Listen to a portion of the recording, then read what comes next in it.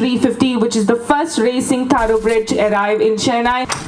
His effort and everything he's done for the biking community. So as of now, it has become a pilgrimage destination for bikers. But yeah, that time it was very much fun. But that time we used to have this camera where you have this Kodak. Which is Santa Catalina, and then comes all the way down, and this couple of 100 kilometers before Ushuaia is finished, which they said is the longest route, which is 5,000 kilometers, so and so.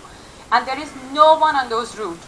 I was making a joke, if I have a fall, Santosh or him will find me in the next Dakar, because there is that define me. You can see them written on my back. So that is passion, guts and glory. When I got there, I wanted to do something achieve in my life. I'm thankful for my parents who brought me up very well. My parents have close my parents go when I go up. Oh, I serve to my parents. I order to king.